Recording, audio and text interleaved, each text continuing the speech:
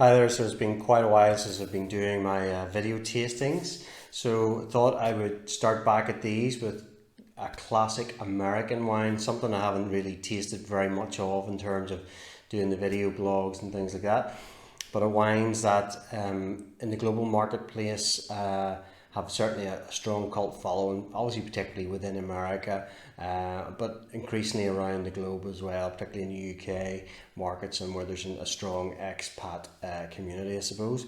So this particular wine I'm tasting right now is Cakebread Cellars Cabernet Sauvignon from the Napa Valley. So there's quite a lot of information, interest and stuff about Napa Valley and that in California.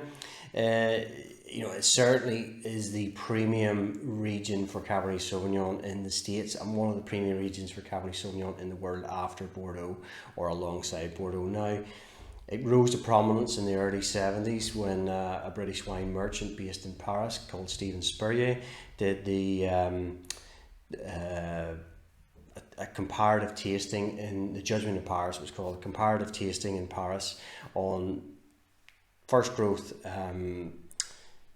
Bordeaux's and top of the range Californian Cabernets. And it was all done blind, and there's all these wine judges there, and out on top came the Napa wines across the board, or won the match, the judgment as such. So this is what really wowed the international critics and rose Napa to prominence, I suppose, at that time. So around the same sort of time, Jack and Dolores Cakebread, and that is their actual family name. What a lovely name it is too. Jack and Dolores Cakebread bought a 22-acre vineyard in Rutherford in the Napa Valley, so the heart of the Napa Valley. At that time, he paid something like $2,500, which I suppose wasn't a small sum of money, I suppose, but it wasn't a huge amount of money either. And I would guess that $2,500 now has multiplied many times over in terms of what their original investment was worth and what it is worth now, because the vineyards of the Napa Valley are some of the most expensive vineyard land in the world nowadays, because there's a massive demand within California, and where this is situated just north of San Francisco, you've got all this sort of tech money in there, all the sort of the big Googles and Facebooks and people like that, and all the big IT companies, billionaire owners, lots of money, don't know what to do with it, so let's buy a vineyard, start up a winery. And the price of land as a consequence in the Napa Valley has just rocketed all over the place, and it's nearly impossible to buy vineyard land. So luckily for Cakebreads, they were in a way early before it became popular. And then they built upon what they had, and their reputation started to grow, and they were picking up vineyards across the region of the Napa, and they have a really fine portfolio of vineyard sites now, which they make quite a range of wines. Half of their production now is Chardonnay, which is well known, and Napa Chardonnay, which tends to be sort of oak driven. Cabernet will be the classic red variety, but they also make Pinot Noir and Merlot, and then they do single vineyard wines such as Benchland Select, or they do Dancing Bear Ranch. If you ever see the picture of the Dancing Bear Ranch, it's a beautiful looking vineyard to the eye as well. It's a really nice spot. So the big thing with Californian wines for me is that you get this real dichotomy. One, you get really cheap wines, which can be average, bog standard, sweet, pretty boring, not very nice at times. And then the other end, you get very expensive wines, which this is probably classed in that category. It's quite expensive for everyday drinking, I suppose. It's not really an everyday wine in that sense.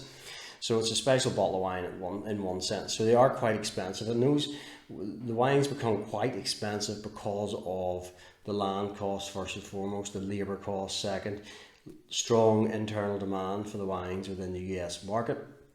So all these things price the wines quite high.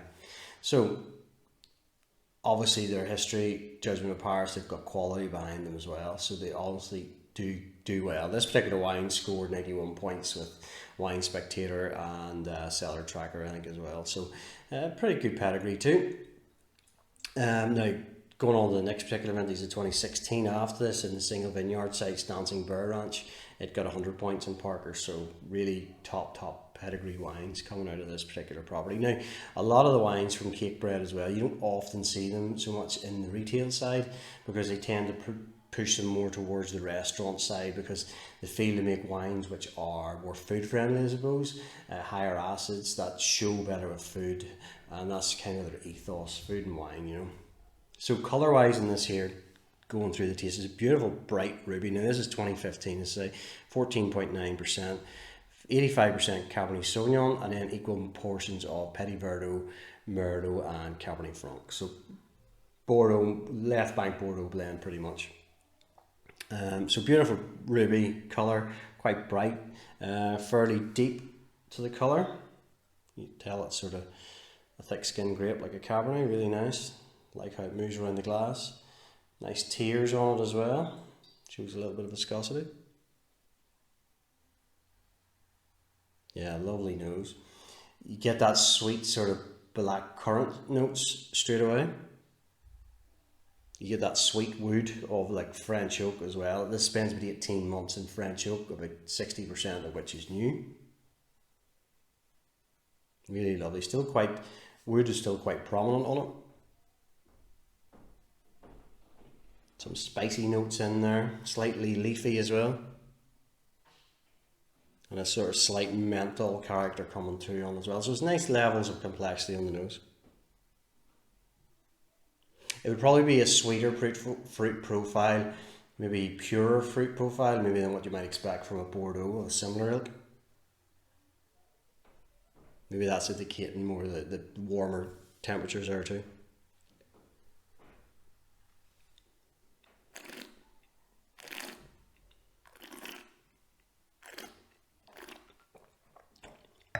Fairly full bodied. You get that high acid. Tannins are quite fine, but they're grainy too. You know, still quite a bit of grip, sorry. They're fine, but they're grippy. So that again suits food. I had some of this with roast beef, and it was absolutely delicious. It worked a treat. It's a sort of wine where you really need probably food with it, that sort of protein-rich food like a roast beef or cheese or something like that. It'll just show it off really well. You get this sort of sweetness of the oak coming through in the finish, a little bit of alcohol in there too, creaminess, a bit of cherry sort of flavours coming through on the palate as well.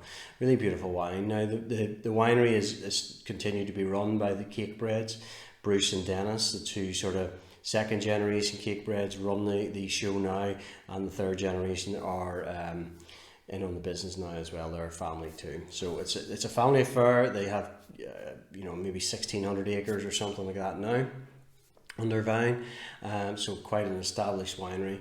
Produce me about best part of 200,000 cases a year. So top quality wines. They're the sort of American icon of the Napa Valley. They're so well known, so well regarded through the States and around the world, and it's a pleasure to be able to get these wines in this market and be able to taste them, sell them, talk to people about them as well.